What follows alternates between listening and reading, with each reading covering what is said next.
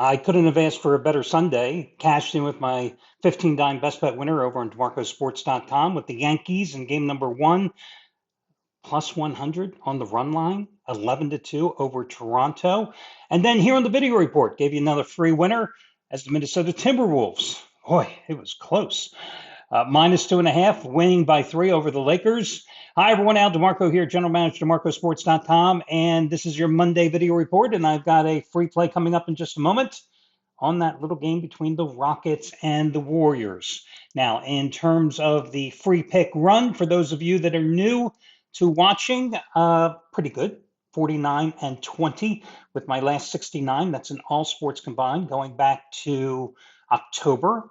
And 29-12 with my last 41. So long term or short term, it has been one hell of a run with the plays. For those of you, again, that are new to the channel, that I'm giving away for free. The plays that I always say are the best of the worst, because these are the games that I narrowed down the card, and for one reason or another, they had a little wart, a little blemish, and I relegated them to free play status. Now, my best bet tonight happens to be the early NBA playoff game between the Cavaliers and the Heat. Not a very good baseball card.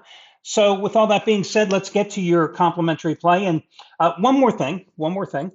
Let me just reiterate and reemphasize when I say the word lean, like yesterday, for example, I said I leaned toward the Orlando Magic. The day before, I said that I leaned toward the Cleveland Cavaliers in game number 3 against Miami and had a hunch that the Rockets would lose to the Warriors and Golden State would get the job done, even though they didn't have Jimmy Butler. The reason I do that, and I've only been doing that for 18 years here on the video report, is because one thing I can say is universally true for gamblers, and I'm talking to all of you out there. If Moses came down from the mountaintop and he had one tablet and he said, "This is the best bet tonight," God called it in, it's a lock of all locks, and I gave it to you. 99.9% of you would always ask, well, do you have a second play? It's greed. I believe that you play one game, you pound it, and that's it. But I handicap all these games, and I know inevitably the majority of you will ask, "Hey, Al, what do you think of this game?" Or, "Hey, Al, what do you think of that game?" And I don't mind giving you my opinions, but if I already did the work, why not do it on the video report? So that's what a lean means for those of you that still aren't quite sure the terminology after all these years, or if you happen to be newcomers to the site. Okay, so let's get busy here now and talk about the Warriors game. They are a 4-point favorite. From everything I've read, at as late as what? I'm doing this report at 3:45 Eastern time, right? Jimmy Butler is trending toward playing. They're optimistic. They're hopeful. Pick whatever word you want. You're not going to get the full Jimmy Butler treatment, because how can he possibly be at 100%? He's not going to be, but it doesn't matter. His anticipated return, I think, is baked into this number, and that's why Golden State is 4. And I like the Warriors no matter what. Listen, they won 104-93 in game number 3, right, with that great performance by Steph Curry. But you look at the Rockets, they shot 39.5% in that game. They owned the boards, they owned the offensive glass, and they still couldn't get enough points. I think the Rockets' youth and inexperience obviously hurts them, and plus they're going against a Golden State team that is just so vastly superior defensively. And you look at that, the fact that Butler missed the game, but Quentin Post started in his place and came out of nowhere to get a game-high 12 rebounds. You had Buddy Hield coming off the bench with 17 points. He'd only averaged 5 points a game in his previous 4, even in a shooting slump. How about Gary Payton Jr.?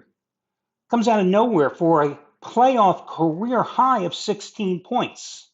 Steve Kerr's pushing all the buttons, and the Warriors are providing the answers, other than in game number 2 when they collapsed once Butler did get injured. But should we be surprised? Because this is a Golden State team that covered 6 of the 8 regular season and postseason meetings so far this year. And this is a Houston team that is 1-12 straight up forever when playing in Golden State on the road in this series, 1-12 straight up, with the only win coming into 2008 Western Conference Finals in game number 4. Now, does one day's rest favor the younger team? Yes, it does. But this is a playoff veteran experience, savvy Golden State team, and that's why I'm willing to say as my complimentary play, Golden State is -4. Now, let's put that in perspective.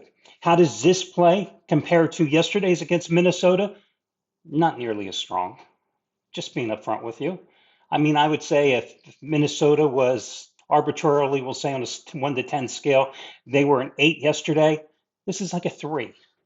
Okay. And I know a lot of you bet just these free plays, and I made you a lot of money with them. But I just want to make sure that we're on the same page. Now, inevitably, somebody will say, well, Al, what do you think of the total tonight? I don't play totals. I mean, I can count on one hand the number of NBA totals I've had in the past decade. It's just not my bag.